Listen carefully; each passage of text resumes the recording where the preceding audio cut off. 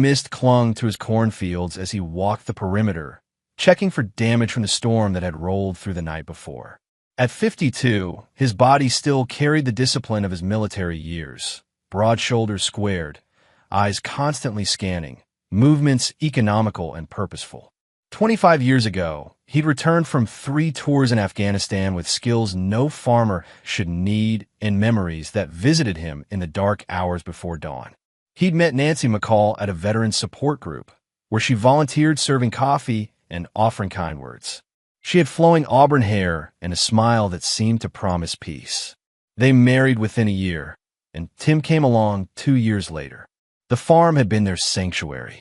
600 acres of corn, soybeans, and cattle, far enough from town that the only sounds were wind through wheat and the distant lowing of cattle.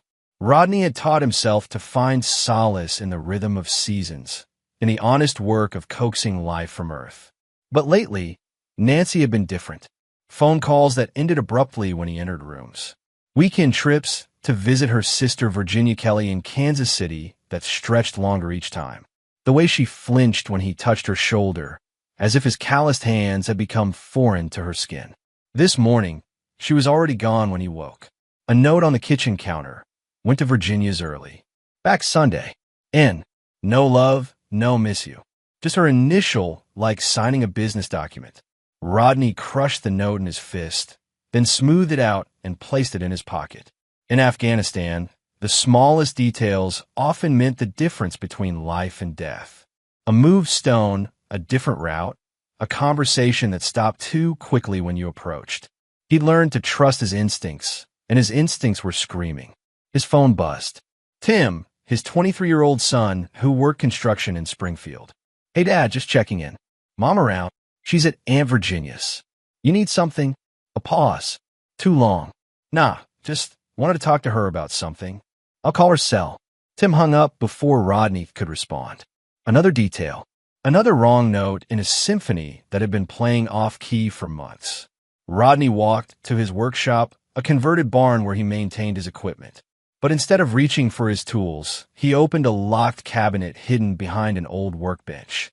Inside, wrapped in oilcloth, were items from another life. Night vision goggles, tactical knives, surveillance equipment, and a Glock 19 that had never been registered in civilian databases. He'd hoped never to touch these things again.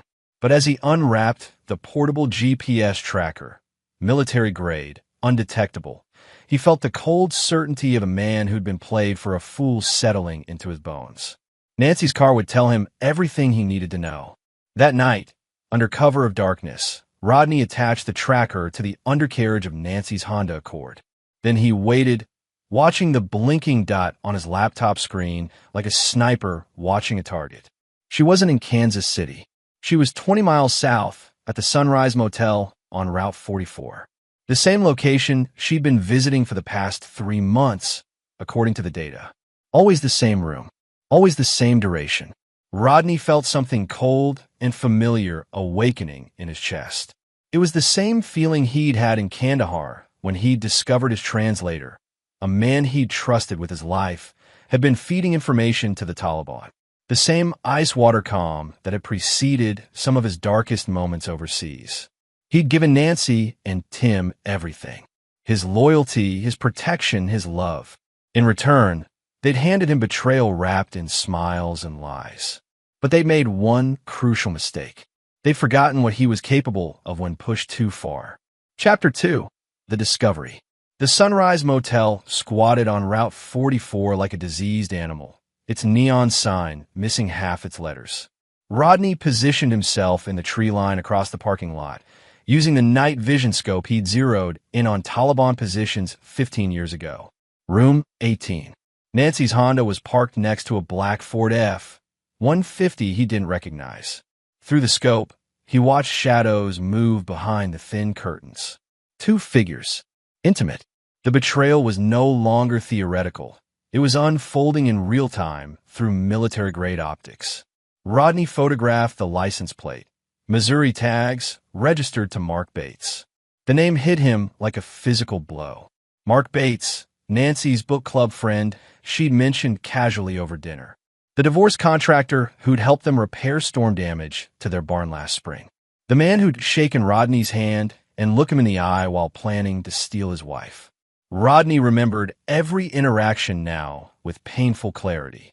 Mark's lingering glances at Nancy, the way she'd brighten when his truck appeared in their driveway, the private jokes that excluded Rodney. How had he missed it? How had a man trained to spot deception been deceived in his own home? The answer came as he watched Nancy emerge from the room, hair disheveled, clothes wrinkled. She wasn't the same woman who'd served coffee to broken veterans. This Nancy moved with a guilty confidence, checking her phone as Mark's hands roamed her body one final time before she got in her car. Rodney followed Nancy's Honda at a distance, his headlights off, relying on the night vision equipment to navigate. She drove not toward Kansas City, but to a 24-hour diner on the outskirts of Springfield. Inside, she met Virginia Kelly, but this wasn't a sisterly coffee date. Through the diner's windows, Rodney watched Nancy hand Virginia an envelope. Virginia counted what appeared to be cash, then slid a small device across the table. Even from his position, Rodney recognized it. A GPS jammer, military surplus, the kind used to block tracking devices. His own wife was not just cheating, she was planning. The weekend trips to Virginia's had been cover for something larger. The book club, the sister visits, the gradual emotional distance, all of it was orchestrated. But planned for what? Rodney's phone buzzed. A text from Nancy, staying extra night with Virginia. Her water heater broke. Love you. The casual cruelty of the lie made his jaw clench. But it was the GPS jammer that turned his blood to ice water. Nancy knew about surveillance. Someone had taught her counter-surveillance techniques. Someone had prepared her for the possibility that her husband might investigate, which meant they knew who he really was, what he was capable of. Rodney drove home through the pre-dawn darkness, his mind cataloging facts like ammunition. Mark Bates wasn't just Nancy's lover. He was her accomplice in something larger. Virginia Kelly wasn't just providing an alibi. She was providing equipment and expertise. Tim's phone call wasn't casual concern. It was coordination. Back at the farm, Rodney sat in his kitchen as the sun rose, staring at the cold coffee Nancy had made yesterday morning. The last coffee she'd ever make in this house. His phone rang. Tim, Dad, just want to let you know I might be stopping by the farm this weekend. Got some friends who want to see the place. Friends? Yeah, just some guys from work. We might camp out in the south pasture if that's okay. The south pasture, the most isolated part of the property, invisible from the main road, surrounded by dense woods. The perfect place for something to happen without witnesses. Sure, son. You know you're always welcome. After hanging up, Rodney walked to his workshop and unlocked the cabinet again. This time, he removed everything. Night vision goggles, tactical knives, zip ties, surveillance equipment, and enough C4 plastic explosive to turn the Sunrise Motel into a crater. They wanted to play games with a retired farmer. But they'd forgotten that Farmer had spent 3 tours teaching insurgents the cost of betrayal. Nancy had chosen her side. Tim had chosen his side. Mark Bates had signed his own death warrant the moment he decided to steal from a man who'd killed for less. Now Rodney would teach them all the same lesson he'd taught the Taliban. When you betray Rodney Klein, you don't get to walk away. Chapter 3. The Attack. Rodney spent Friday preparing his farm like a battlefield. He knew they were coming. Tim's camping trip was scheduled for Saturday night, and Nancy was conveniently extending her stay with Virginia until Sunday. The coordination was obvious to a man trained to recognize enemy movement patterns. He disabled the motion sensors on his security system and replaced them with military-grade proximity alarms linked to his phone. He mapped sightlines and choke points around his property. Most importantly, he positioned caches of weapons and equipment at strategic locations. The workshop, the main house, the old silo, and the tree line overlooking the south pasture. As the sun set Saturday, Rodney positioned himself in the workshop with a clear view of the access road. Through his night vision scope, he watched a black van approach with its headlights off. Professional. These weren't Tim's construction buddies. These were contractors, the kind Mark Bates might know from his shadier business connections. 4 men exited the van near the south pasture. Rodney recognized the tactical formation, the way they moved in coordinated silence. Military training, but recent, probably former Marines or Army, the kind who'd learned their skills in Iraq or Afghanistan and then found civilian applications for violence. His phone buzzed with a proximity alarm from the main house. A fifth man was approaching from the north, heading toward the electrical panel. They planned to cut his power and then hit him in the darkness, probably making it look like a home invasion gone wrong. Rodney smiled grimly. They'd done their homework, but not well enough. They knew he was former military, but they didn't know the specifics. They'd planned for a standard veteran, not someone who'd spent 3 tours running classified operations behind enemy lines. Time to educate them. Rodney used his phone to trigger the hidden charges he'd placed on his own electrical panel. The explosion was small but spectacular, sending sparks into the night and plunging the farm into darkness. From their perspective, their man had successfully cut the power. But Rodney's night vision equipment didn't need electricity. He moved through his own property like a ghost, using terrain he knew better than his own heartbeat. The first man he found was the one who'd approached the electrical panel, now moving toward the main house with an assault rifle. Rodney dropped him with a blade between the ribs, quick and silent, before the man knew death had found him. 3 left in the south pasture, 1 near the house. Rodney circled wide, using the tree line to approach the south group from their blind side. They were advancing on the main house in a wedge formation, expecting to catch a sleeping farmer by surprise. Instead, they walked into an ambush that would have made his old unit proud. The first man screamed when Rodney's knife found his kidney. The sound carried across the pasture, and his companions spun toward the noise, their night vision goggles reflecting infrared light like animal eyes. But Rodney was already gone, melted back into darkness. "Contact! Contact!" one of them shouted into a radio. "We've got contact!" They regrouped, backs to each other, scanning the darkness. Professional but panicked. They'd expected an easy target, not a nightmare that moved like smoke and struck like lightning. Rodney took the second man with a throwing knife to the throat, the blade spinning through darkness with lethal precision.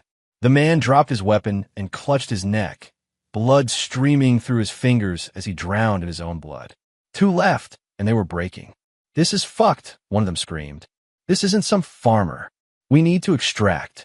But they'd made one crucial mistake. They'd parked their van at the end of a dead-end road, and Rodney controlled the only exit. The third man never saw the boot that shattered his kneecap, sending him sprawling into the dirt. Rodney was on him before he could scream, zip-tying his hands behind his back with movements practiced in a dozen interrogation sites across the Middle East. The last man, young, maybe 25, probably thinking this was easy money, found himself alone in the darkness with something that wasn't quite human anymore. "Please," he whispered when Rodney appeared behind him like death itself. "Please, I got kids." "So did the Taliban," Rodney replied, breaking the man's fingers one by one until he screamed everything he knew. Mark Bates had hired them through a contact in Kansas City. The job was simple: kill Rodney Klein and make it look like a robbery. Nancy would inherit the farm and the life insurance, then disappear with Mark to start over somewhere else. Tim was in on it. He provided the property layout and confirmed Rodney's schedule. But the man's final confession was the blade that cut deepest. "Your wife, she said you deserved it. Said you were a cold bastard who never loved anyone properly. Said the world would be better without you." Rodney left the man zip-tied in the south pasture and walked to the main house, where the fourth attacker was waiting. This one was smarter. He'd heard the screaming and positioned himself defensively. But patience was Rodney's greatest weapon. He waited until the man's nerves shattered, then took him alive as well. By dawn, 3 men were dead and 2 were secured in Rodney's workshop, ready for interrogation. His phone showed 17 missed calls from Nancy and 4 from Tim. He ignored them all and dialed a different number. "Mark Bates? This is Rodney Klein. I think you, and I need to talk." "Rodney, thank God you're okay. I heard there was some kind of trouble at your farm. They sent 4 men to burn my farm." Rodney interrupted, his voice deadly calm. "They thought I was a retired farmer. They didn't know I trained men to kill in Afghanistan. I cut the power. One by one, they screamed. I broke the last man's fingers to make him talk. He whispered a name, my ex-wife's. The line went silent, except for Mark's ragged breathing. You have 1 hour to bring Nancy to the Sunrise Motel, Rodney continued. Room 18. Come alone, or I start sending pieces of your hired guns to every contractor in the state. And Mark, bring a shovel. You're going to need it. Chapter 4. The Hunt. Mark Bates sat in his truck outside the Sunrise Motel, hands shaking as he gripped the steering wheel.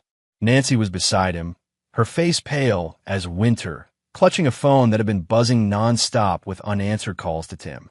He knows, she whispered. Jesus Christ, Mark, he knows everything. We stick to the plan, Mark said, though his voice cracked on the words. Those guys were supposed to be professionals. How did? You don't understand, Nancy interrupted. I lived with him for 25 years.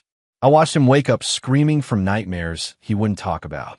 I found the commendations hidden in his workshop, Purple Heart, Bronze Star, citations I couldn't even pronounce.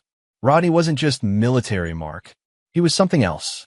Mark wiped sweat from his forehead. We can still salvage this. We tell him it was my idea, that I manipulated you. He won't care. Nancy's voice was hollow. Rodney doesn't forgive betrayal. Ever. He told me once about a translator in Afghanistan who sold information to the Taliban. Rodney found him tied to a chair in a basement in Kandahar, missing everything from the waist down. He walked away and let the man bleed out. Mark stared at her. You never told me that. There's a lot I never told you. Like the fact that he has enough plastic explosive in his workshop to level half the county. Like the fact that he speaks 4 languages and knows how to make people disappear. A knock on the passenger window made them both jump. Through the glass, they saw a figure in dark clothing holding a phone with a timer counting down from 60 seconds. Mark rolled down the window with trembling hands. You're late, Rodney said calmly. Room 18. Now, inside the motel room, the stench of fear and stale sex hung in the air. Rodney had transformed the space into an interrogation chamber. Chairs positioned strategically, duct tape and zip ties arranged on the bedside table like surgical instruments. Sit, he commanded, gesturing to 2 chairs he'd placed facing each other. Nancy and Mark complied, their movements jerky with terror. Rodney remained standing, his presence filling the room like a gathering storm. 25 years, he began, his voice conversational. 25 years, I gave you everything, Nancy. Protection, loyalty, love. And you. He gestured to Mark. I shook your hand. Welcomed you into my home. Fed you at my table. Rodney, please. Nancy started. I'm not finished. The temperature in the room seemed to drop 10 degrees. I want to understand the timeline. When did this start? Mark and Nancy exchanged glances. Neither spoke. Rodney pulled out his phone and showed them a video. On the screen, they could see the workshop where 2 zip-tied men sat bleeding from various wounds. I've been questioning your hired help, Rodney explained. They've been very cooperative, but I prefer to hear it from you. 2 years, Nancy whispered finally. It started 2 years ago. The Barnes wedding, Mark added quickly. We met at the Barnes wedding reception. Started as just talking then. Then you decided my wife was worth stealing, Rodney finished. And my farm. And my life insurance. How much, Nancy? How much was I worth dead? Nancy's composure cracked. It wasn't about money. You think you came back from Afghanistan the same person? You think 25 years of living with a ghost was easy? You never talked, never shared, never let me in. You were like living with a beautiful corpse. So you decided to make me an actual corpse. Mark, offer me a life, she screamed. A real life with someone who could actually feel something. Someone who didn't wake up every night checking windows and doors like the Taliban were coming through them. Rodney nodded slowly. And Tim? When did you recruit my son? The question hung in the air like smoke. Nancy's face crumpled. 6 months ago, she admitted. Mark convinced him that you were dangerous. That you might hurt us if you found out. Tim was scared, Rodney. He was protecting me. By helping to kill his father. By helping me escape a marriage that was already dead. Rodney pulled out a second phone and dialed number. Tim, your mother would like to speak with you. He put the phone on speaker. Mom. Tim's voice was tight with panic. Are you okay? I've been calling. I'm fine, Nancy said quickly. Everything's fine. Are you? Did you get to the farm? Yeah, I'm here now. Mom, there's blood everywhere. And Dad's truck is gone. What happened to those guys? They were supposed to— Tim, Rodney interrupted quietly. This is your father. The line went silent. I drove to her apartment, Rodney continued, his voice still calm, but carrying the weight of absolute judgment. Found blood on the door. Her phone on the floor. A voicemail from my son. Dad, you made a grave mistake. Then I heard footsteps behind me. Dad, Tim's voice was barely a whisper. Dad, I can explain. No need, son. I understand perfectly. You chose sides. Just like your mother. Just like Mark here. Rodney ended the call and pocketed the phone. Now, he said, turning back to Nancy and Mark, let's discuss the consequences of your choices. Chapter 5. The Reckoning. Rodney drove Nancy and Mark to an abandoned grain elevator on the edge of his property, a structure that hadn't been used in decades. The interior was a cathedral of rust and shadows, with shafts of moonlight cutting through broken windows like silver blades. He'd prepared the space earlier, chains hanging from support beams, a table with various tools arranged with surgical precision, and a hole in the concrete floor that dropped into an old grain pit. Strip, he commanded, his voice echoing in the empty space. Rodney, please, Nancy began. Strip, or I start removing fingers. They complied with shaking hands. Rodney zip-tied them to the chains, leaving them suspended facing each other in the center of the space. I want to tell you a story, Rodney began, walking slowly around them. It's about a village outside Kandahar where the Taliban was recruiting children. My unit was tasked with eliminating the recruitment cell, but when we got there, we found something interesting. He paused behind Mark, close enough that his breath stirred the man's hair. The cell leader was an American contractor, former Green Beret who'd gone native, turned his training against his own country. You know what he told me when I asked him why? Neither responded. He said loyalty was for suckers. Said the real money was in playing all sides. Sound familiar? Rodney moved to a portable radio and tuned it to a news station. The evening report was just beginning. Authorities are investigating the disappearance of 4 men from Kansas City who were last seen heading toward rural Missouri. Police have also issued a bolo alert for Mark Bates, a local contractor wanted for questioning in connection with an apparent home invasion. Ow! Mark gasped.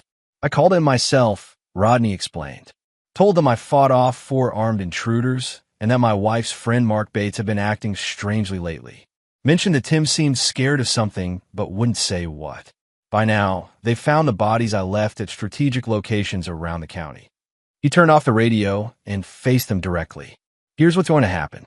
Nancy, you're going to call Virginia and tell her to come to the farm immediately. Tell her there's been an emergency and you need her help. I won't. Rodney picked up a pair of bolt cutters from his tool table. Mark, hold out your hand. No, I'll call her. Nancy screamed. 20 minutes later, Virginia Kelly's sedan was pulling into the Klein driveway. Rodney watched through binoculars as she parked and walked toward the main house, carrying what appeared to be a large duffel bag. GPS jammers, burner phones, and a clean car, Rodney murmured. Virginia's not just your sister, Nancy. She's your extraction specialist. He spoke into a radio clipped to his collar. Tim, your Aunt Virginia just arrived. Bring her to the grain elevator. Use the north entrance. Dad, I don't want to— Son, you're in this now whether you want to be or not. The only question is whether you're smart enough to cut a deal. 30 minutes later, Tim appeared at the grain elevator, leading a zip-tied Virginia Kelly. His face was ashen, his hands shaking. Well, Rodney said, surveying his assembled family. The gang's all here. He'd positioned them in a circle. Nancy and Mark suspended from their chains, Virginia and Tim forced to their knees facing inward. A family meeting with a difference. Before we conclude tonight's festivities, Rodney announced, I want everyone to understand exactly what you've cost me. Not just money or property, but something far more valuable, my ability to trust the people I love. He pulled out a knife with a 7-inch blade.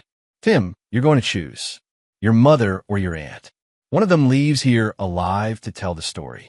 The other stays to feed the grain rats. Dad, please. Choose, or I kill them both and make you watch. Tim looked between his mother and aunt, tears streaming down his face. I can't. Then let me make it easier, Rodney said. He walked to Virginia and pressed a knife to her throat. Virginia's been planning this for years, haven't you? The perfect crime: kill the scary veteran and ride off into the sunset with his wife and money.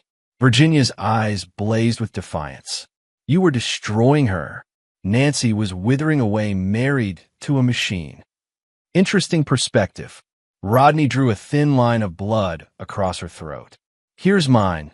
You taught my wife to betray me, helped her recruit my son, and try to have me murdered in my own home. He stepped back and addressed the group. Here's what's going to happen. Nancy, Mark, and Virginia are going to disappear tonight. Permanently. Tim gets to live, but he's going to help me clean up this mess, and then he's going to disappear too. Not dead, just gone. New identity, new life, far away from here. And if I refuse? Tim asked quietly. Rodney smiled, and for the first time since the ordeal began, it reached his eyes. Then you'll discover exactly why they called me the Kandahar Ghost. Chapter 6. The Preparation. Dawn was breaking over the grain elevator when Rodney finished his work. Virginia Kelly would never manipulate another family. Mark Bates would never steal another man's wife. Nancy would never betray another husband's trust. Tim sat in the corner, having watched his father dismantle his mother's conspiracy with the efficiency of a surgeon removing cancer. The boy had stopped crying somewhere around midnight, his face now wearing the hollow expression of someone who'd seen too much. Get up, Rodney commanded. We have work to do. Over the next 6 hours, they cleaned the grain elevator until no trace remained of what had transpired there. Rodney had learned industrial-grade cleanup techniques in Afghanistan. How to make people vanish without a trace, how to sanitize a site so thoroughly that forensics would find nothing. The bodies went into the grain pit, which Rodney then sealed with industrial concrete. The blood was neutralized with chemicals that broke down DNA. Every surface was scrubbed with solutions that would defeat luminol testing. Dad, Tim said as they loaded the last of the cleaning supplies into Rodney's truck. Are you going to kill me too? Rodney studied his son, really looked at him for the first time in months. Tim had Nancy's eyes, but Rodney's jawline. There was potential there, hidden beneath the weakness that Nancy had cultivated. No, Rodney said finally. You're going to live. But the Tim Klein who helped plan his father's murder dies today. The question is, what kind of man do you want to become? That afternoon, Rodney drove Tim to a bus station 3 counties away. Before Tim boarded, Rodney handed him an envelope containing $10,000 in cash and a driver's license bearing the name Timothy Blake. There's a man in Denver named Santos Stewart, Rodney explained. Former Marine, runs a construction company. He owes me a favor. Call this number when you get there. He'll give you work and help you start over. Tim stared at the documents. Why? Because you're my son. Because you were scared and manipulated by people who should have protected you. Because everyone deserves one chance to choose who they really are. What if I come back? What if I tell someone what happened? Rodney's expression didn't change, but something cold flickered behind his eyes. Then you'll discover that my capacity for mercy has limits. Tim boarded the bus without looking back. Rodney returned to his farm that evening and sat on his porch, watching the sun set over fields that were finally his again. His phone rang. Area code 816, Kansas City. Hello, Mr. Klein? This is Detective Brennan with KCPD. We're investigating the disappearance of several individuals who may have been heading to your area. I was wondering if we could ask you a few questions. Of course, Detective. I've been worried sick about my wife, Nancy. She was visiting her sister Virginia in Kansas City and hasn't returned my calls. When did you last speak with her? Friday evening. She said she was extending her visit to help Virginia with some home repairs. I've been calling all weekend, but getting voicemail. And you haven't seen Mark Bates recently? Mark? He helped us with some barn repairs a few months ago. Nice fellow. Is he missing too? The detective asked several more questions, all of which Rodney answered with the confused concern of a worried husband. When the call ended, he deleted the number and powered down the phone. Inside the house, he walked through rooms that still smelled faintly of Nancy's perfume. 25 years of marriage reduced to abandoned coffee cups and unread magazines.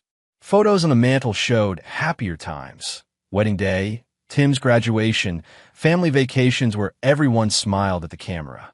Rodney gathered every photo containing Nancy, Mark, or Virginia and fed them into the fireplace. The flames consumed faces and memories with equal hunger, leaving only ashes and the acrid smell of burning plastic. But he kept one photo, Tim at age 8, holding up a fish he'd caught in their pond, grinning with gap-toothed pride. That boy had been innocent. That boy had deserved better than being raised as a pawn in his mother's game. Maybe Timothy Blake would be better than Tim Klein had been. Rodney sat in his chair and opened a bottle of bourbon. The good stuff Nancy had always said was too expensive for daily drinking. As the liquor burned his throat, he considered the future. The farm was his again, but it felt hollow now, like a house with all the furniture removed. Perhaps it was time for Rodney Klein to disappear as well. The Kandahar ghost had unfinished business in other places, with other people who thought betrayal came without consequences. But first, he had one more call to make. Chapter 7, The Invitation. 1 month later, Detective Colleen Brennan sat across from Rodney Klein in the kitchen of his farmhouse, her notebook open on the table between them. She was in her 40s, gray-streaked hair pulled back severely, the kind of cop who'd seen enough evil to recognize it in others. "Mr. Klein, I have to ask, aren't you concerned about your wife? It's been 4 weeks since anyone's seen Nancy, Virginia Kelly, or Mark Bates. They've essentially vanished." Rodney poured coffee into 2 cups, his movements steady and unhurried. "Detective, I've been married to Nancy for 25 years. She's independent. Sometimes she needs space to work through things." "What kind of things?" "Our marriage hasn't been easy lately. I think she was questioning whether she wanted to stay on the farm, whether she wanted to stay married. Nancy's the kind of woman who might disappear for a while to figure out what she wants." Detective Brennan studied his face. "And you're okay with that?" "I love my wife, Detective. If she needs time and space to find herself, I'll give her that, even if it means I never see her again." The detective made notes, but Rodney could see the doubt in her eyes. She was good, better than the local sheriff who'd initially handled the case. She'd noticed things. The way Rodney's story was too perfect, too emotionally detached. The fact that his cell phone records showed no attempts to contact Nancy after Friday evening. The complete absence of any financial activity on the missing person's credit cards or bank accounts. "Mr. Klein, what did you do in the military?" "I was in the Army. 3 tours in Afghanistan." "What was your MLS?" "Your military specialty?" Rodney smiled slightly. "Infantry. Nothing fancy." Another note. Another lie cataloged. Detective Brennan knew better. She'd run his military records and found mostly redacted files with classified stamps. Infantry soldiers didn't get their service records blacked out by national security. "One more question," she said, closing her notebook. "If your wife contacted you tomorrow and asked you to take her back, would you?" For the first time, Rodney's mask slipped. Something cold and final flickered across his features. "No, Detective, I wouldn't." After she left, Rodney walked to his workshop and opened his laptop. Using skills acquired in darker times, he accessed Detective Brennan's personal files. Divorced 3 years ago when she discovered her husband's affair with his secretary. No children. Parents deceased. Her entire life was her work, her reputation built on solving cases that others had given up on. She was exactly what he needed. Rodney opened a new email account under the name deep_throat and began typing. "Detective Brennan, if you want to know what really happened to Nancy Klein, Virginia Kelly, and Mark Bates, meet me at the Sunrise Motel, room 18, tomorrow night at 11 p.m. Come alone. Bring a gun. You're going to need it. A friend." He sent the email, then spent the rest of the day preparing room 18 at the Sunrise Motel. The manager was a meth head named Young Bowman who rented rooms by the hour and asked no questions as long as the cash was green. By sunset, the room was ready. Hidden cameras in every corner. Audio recording equipment in the walls. Weapons cached behind the bathroom mirror and under the bed. Most importantly, a chair positioned perfectly for what Detective Brennan would find sitting in it.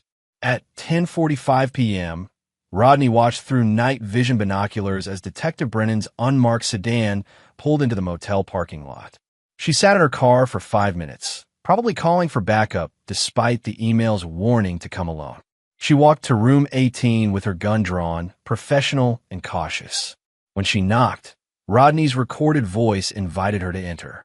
The room was dark except for a single lamp illuminating the chair in the center. In that chair sat a figure that made Detective Brennan gasp and raise her weapon. It was Nancy Klein, or what remained of her. The body had been preserved with chemicals Rodney had learned to use in Afghanistan, posed in a sitting position, dressed in the same clothes Nancy had worn to the motel weeks earlier. Her dead eyes stared at the detective with glassy accusation. "Jesus Christ," Detective Brennan whispered, her gun trained on the corpse. That's when Rodney's voice came from speakers hidden in the walls. "Good evening, Detective. I'm glad you could make it." Brennan spun, searching for the source of the voice. "Where are you, Klein?" "Watching. Always watching. You wanted to know what happened to my wife? Well, there she is. What do you think? You sick fuck. You killed her. I punished her. There's a difference." Detective Brennan backed toward the door, her gun still drawn. "I'm calling this in. I wouldn't recommend that. Check your phone." Brennan glanced at her cell phone. No signal. The room was shielded, probably with the same jamming equipment Virginia Kelly had provided. "You see, Detective, I have a proposition for you. You can walk out of this room and pretend you never saw anything. File a report saying you found no new leads. Close the case as persons missing, presumed dead. Or you can join Nancy in her eternal vigil." Brennan found the door handle, but it wouldn't turn. Locked from the outside. "You bastard. You planned this." "I plan everything, Detective. It's what keeps me alive. But here's what you don't understand. I'm not the monster in this story. I'm the consequence." Through the speakers, Rodney's voice took on the tone of a confessor. "Nancy and her friends tried to have me killed in my own home. They recruited my son to help them. They planned to take everything I'd worked for and disappear together. So I gave them what they wanted. I made them disappear. That doesn't justify murder, doesn't it? Tell me, Detective, when your husband was fucking his secretary, when he was lying to your face every day for months, what did you want to do to him?" Brennan's gun hand wavered slightly. "That's different. I'm a cop. I follow the law." "The law." Rodney's laugh was bitter. "The law says I should have divorced Nancy and split my assets with the woman who tried to murder me. The law says I should have forgiven my son for helping to plan my death. The law is written by people who've never been betrayed by the people they die for. So you took justice into your own hands. I took what they owed me. Blood for blood. Betrayal for betrayal." The door lock clicked open. "You're free to go, Detective. But remember, you see my work now. You know what I'm capable of. If you try to come for me, I'll visit the same justice on you that I've visited on them." Detective Brennan backed out of the room, her gun still trained on Nancy's corpse. "This isn't over, Klein." "Yes, Detective. It is." Chapter 8. The Judgment. Detective Brennan sat in her car outside the Sunrise Motel, hands shaking as she tried to process what she'd seen. Nancy Klein's corpse, preserved like some macabre museum exhibit.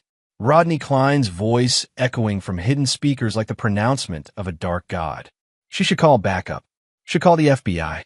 Should bring the full weight of law enforcement down on that farm. But Rodney Klein wasn't just a murderer. He was something else.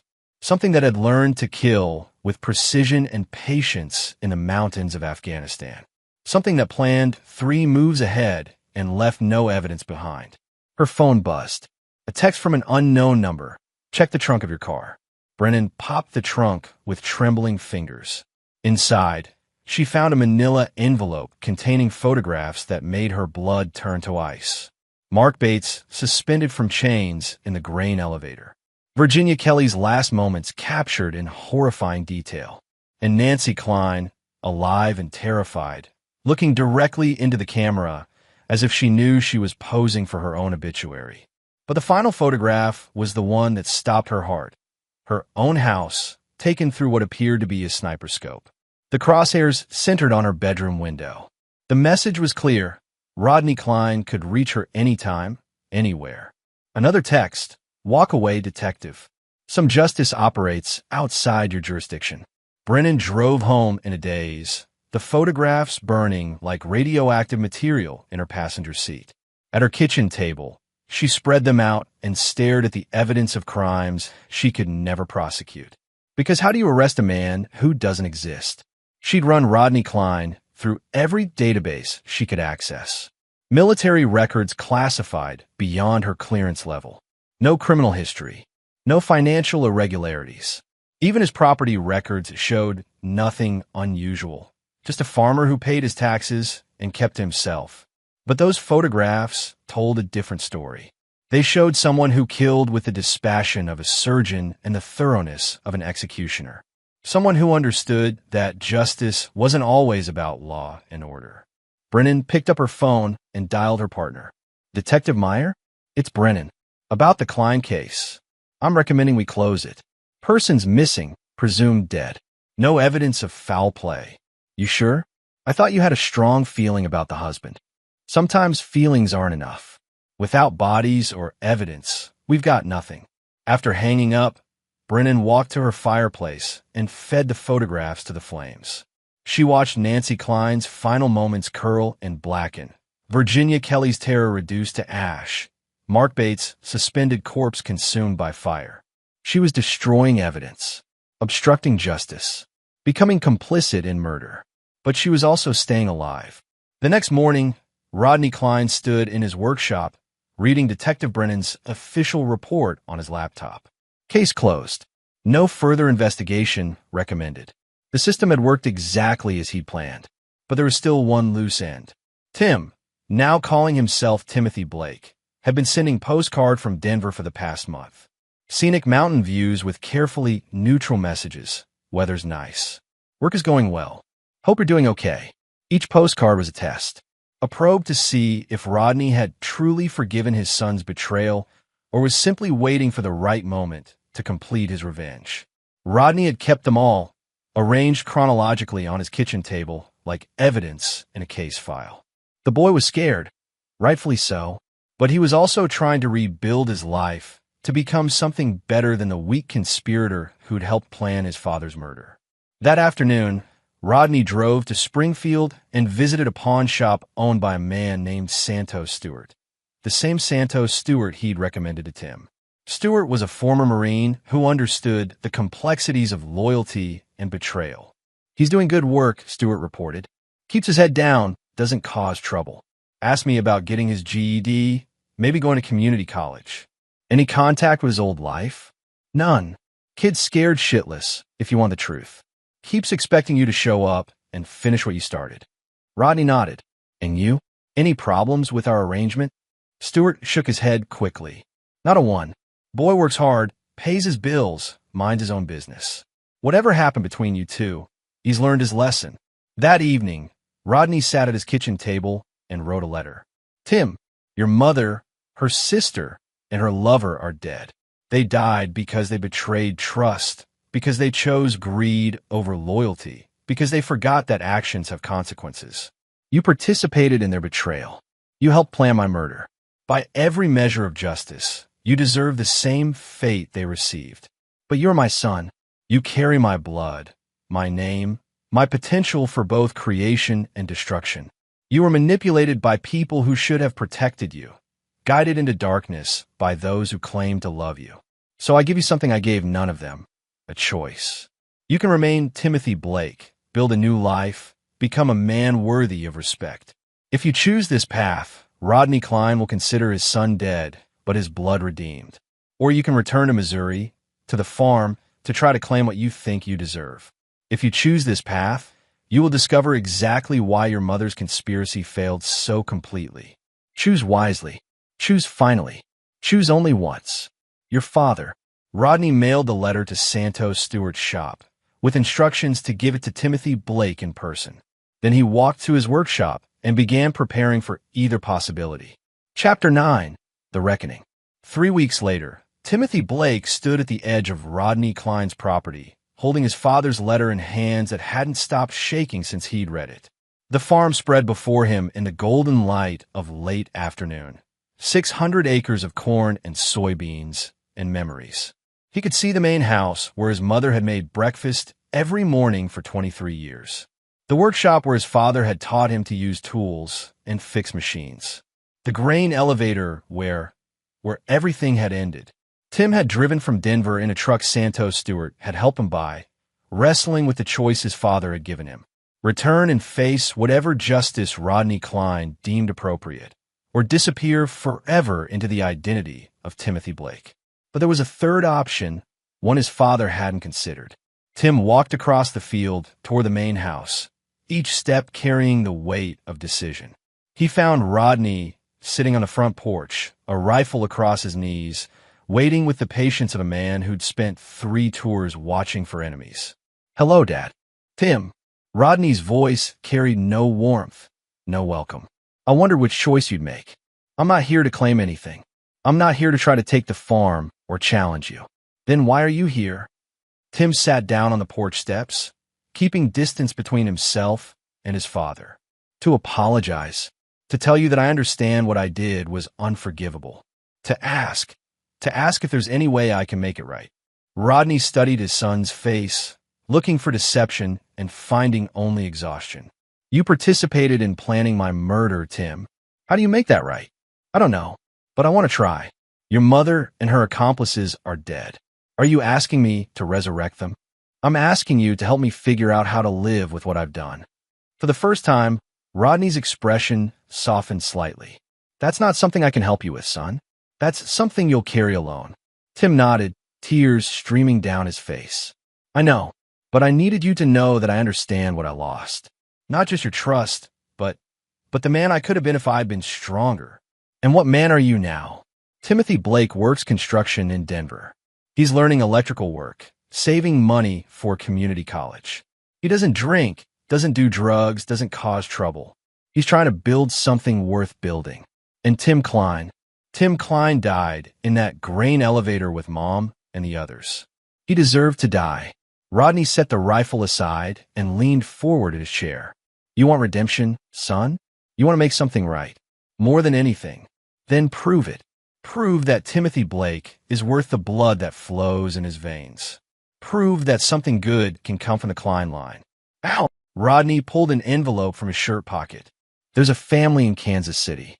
Adrian McPherson, his wife Carrie, their 8-year-old daughter Young. 3 months ago, Adrian testified against a drug dealer named Brian Meyer in a federal case. Last week, Meyer was acquitted on a technicality."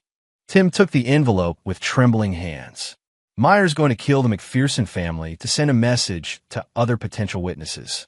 The FBI knows it, the local police know it, but they can't prove it. Can't stop it legally. What are you asking me to do?" "I'm asking Timothy Blake to save 3 innocent lives. I'm asking him to use what he learned in his father's house to protect people who can't protect themselves." Tim stared at the address written on the envelope. "You want me to kill Brian Meyer? I want you to choose who you really are. The kind of man who protects innocent families, or the kind of man who stands by while evil triumphs. And if I say no, then you drive back to Denver and live whatever life you can manage." Timothy Blake becomes exactly what he appears to be, a construction worker who minded his own business while family died. "And if I say yes, then you discover whether the Cline blood runs true, whether you can honor the debt you owe to justice." Tim stood up, the envelope feeling like it weighed 1,000 pounds. "What happened to forgiveness, Dad? What happened to mercy? I forgave you by letting you live. Mercy is what I'm offering the McPherson family through you." That night, Tim sat in a motel room in Kansas City, studying the contents of the envelope. Photos of Brian Meyer, his known associates, his daily routine. Floor plans of his house. Security details. Everything needed to plan an operation. At the bottom of the envelope was a single photograph. 8-year-old young McPherson on a playground, laughing as she swung higher and higher toward the sky. Tim stared at that photograph for hours, seeing in young McPherson's innocent joy everything his own choices had destroyed. His mother's betrayal had started with small compromises, tiny steps away from honor. His own participation had begun with a single lie, a single moment of choosing convenience over loyalty. But maybe redemption could begin the same way, with a single choice to protect rather than destroy. 3 days later, Brian Meyer was found dead in his car, the victim of what police called a professional hit. No witnesses, no evidence, no leads. Just another criminal who'd made too many enemies. The McPherson family never knew how close they'd come to death. Never knew that their salvation had come from the son of a man who understood that justice sometimes required blood. Tim returned to Denver and resumed his life as Timothy Blake. But he kept the photograph of young McPherson on his nightstand, a reminder that some debts can only be paid with action. And on a farm in Missouri, Rodney Cline sat on his porch in the gathering dusk, knowing that sometimes the greatest victories are the ones no one else will ever understand. His son was gone, but his blood had chosen honor over convenience. In a world where betrayal came easy and justice came hard, that was enough. And there you have it. Another story comes to an end. What did you think? I'd love to hear your thoughts in the comments below. If you enjoy this story, consider joining our community by subscribing. It means the world to us. For more stories like this one, check out the recommended videos on screen, and I'll see you there.